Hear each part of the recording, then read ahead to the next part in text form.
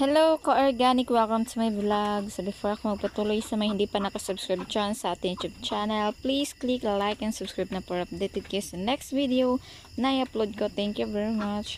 So ayan, meron ako ditong adobong kangkong.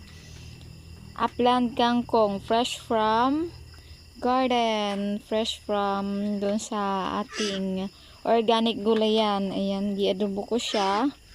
Ilagyan ng sangkaterbang paminta and yung suka and mga lamas. Ayan po, super yummy. So let's eat. Pang dinner namin ito. Kain tayo. Go organic. Thank you for watching. See you to my next vlog. Upland kangkong. Adobong upland kangkong. Thank you for watching.